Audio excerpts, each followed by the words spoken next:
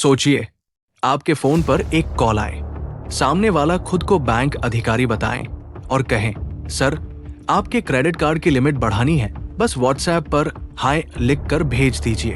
आप बिना किसी शक के सिर्फ 2 अक्षर लिखें और अगले कुछ घंटों में आपके लाखों रुपए गायब हो जाएं। सुनने में ये किसी फिल्म की कहानी लगती है, लेकिन झारखंड के बोकारो में ऐसा ही एक मामला सामने आया, जहां 82 साल के एक बुजुर्ग के साथ करीब 7,65,000 रुपए की साइबर ठगी हो गई।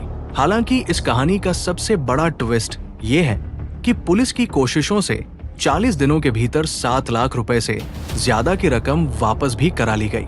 आखिर सिर्फ एक साधारण सा हैक इतना खतरनाक कैसे बन गया और ठगों ने बुजुर्ग के फोन और क्रेडिट कार्ड तक कैसे पहुंच बनाई? पूरी कहानी शुरू से समझते हैं। झारखंड के बोकारो जिले के चास की गुजरात कॉलोनी में रहने वाले 82 वर्षीय नरेंद्र कुमार के मोबाइल पर एक दिन कॉल आया। कॉल करने वाले व्यक्ति ने खुद को HDFC बैंक का अधिकारी बताया। उसकी बातचीत का अंदाज ऐसा था कि पहली नजर में किसी को भी उस पर शक न हो। उसने नरेंद्र कुमार से कहा कि उनके क्रेडिट कार्ड की लिमिट बढ़ाई जा रही है और इसके लिए उन्हें व्हाट्सएप पर सिर्फ हाय लिखकर भेजना है। नरेंद्र जी के पास पहले से करीब 5 लाख रुपए की क्रेडिट लिमिट थी। उन्हें लगा कि अगर बैंक की तरफ से लिमिट बढ़ रही है तो इसमें नुकसान ही क्या है। उन्होंने बिना किसी आशंका के व्हाट्सएप पर हाय लिखकर भेज दिया, लेकिन इसके बाद जो हुआ उसकी उन्हें बिल्कुल उम्मीद नहीं थी। कुछ ही देर बाद फोन पर आई कॉल कट गई और सामने वाले नंबर को ब्लॉक कर दिया गया। नरेंद्र जी को लगा कि शायद नेटवर्क की समस्या हुई होगी। उन्होंने उस समय इसे कोई बड़ा मामला नहीं समझा, लेकिन असल में उनके फोन के साथ क्या हो चुका था, इसकी जानकारी उन्हें काफी देर बाद मिली। करीब 1.5 घंटे तक उनका फोन लगभग निष्क्रिय जैसा रहा। इसके बाद लगभग 4 बजे उनके बेटे का फोन आया। बेटे ने उनसे पूछा कि क्या वे अपने मोबाइल से लगातार ट्रांजैक्शन कर रहे हैं, क्योंकि फोन में एक के बाद एक कई लेन देन दिखाई दे रहे थे। नरेंद्र जी ने साफ कहा कि उन्होंने कोई ट्रांजैक्शन नहीं किया है। तब बेटे ने उन्हें पूरी जानकारी दी और बताया कि संभव है उनका मोबाइल साइबर ठगों के कब्जे में चला गया है। जब तक परिवार को असली खतरे का अंदाजा हुआ, तब तक काफी नुकसान हो चुका था।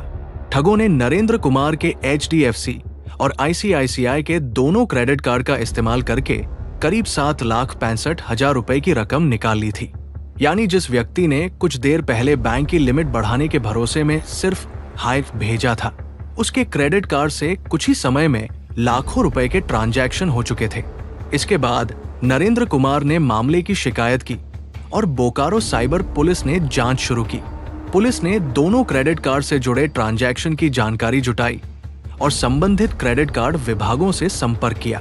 पुलिस ने रकम वापस कराने के लिए संबंधित संस्थानों को पूरी जानकारी भेजी और लगातार इस मामले पर काम किया। जांच और प्रयासों के बाद करीब 40 दिनों के भीतर 7 लाख रुपए से ज्यादा की रकम नरेंद्र कुमार को वापस मिल गई। हालांकि इस मामले में साइबर ठगों की तलाश जारी रही। बोकारो पुलिस ने लोगों से अपील करते हुए कहा कि अगर किसी व्यक्ति के साथ साइबर ठगी हो जाती है और उसके खाते या कार्ड से पैसे निकल जाते हैं तो उसे इंतजार नहीं करना चाहिए। तुरंत साइबर थाने में शिकायत करनी चाहिए या साइबर हेल्पलाइन 1930 पर संपर्क करना चाहिए। जितनी जल्दी शिकायत की जाती है, रकम को रोकने या वापस कराने की संभावना उतनी ही बढ़ जाती है। अब सबसे बड़ा सवाल यही है कि क्या वास्तव में सिर्फ हाय लिखने से कोई मोबाइल हैक हो सकता है? इस मामले को समझते समय एक जरूरी बात ध्यान रखना बेहद महत्वपूर्ण है। केवल किसी व्हाट्सएप चैट में हाय लिखकर भेज देना अपने आप में किसी फोन को हैक करने का जादुई तरीका नहीं है।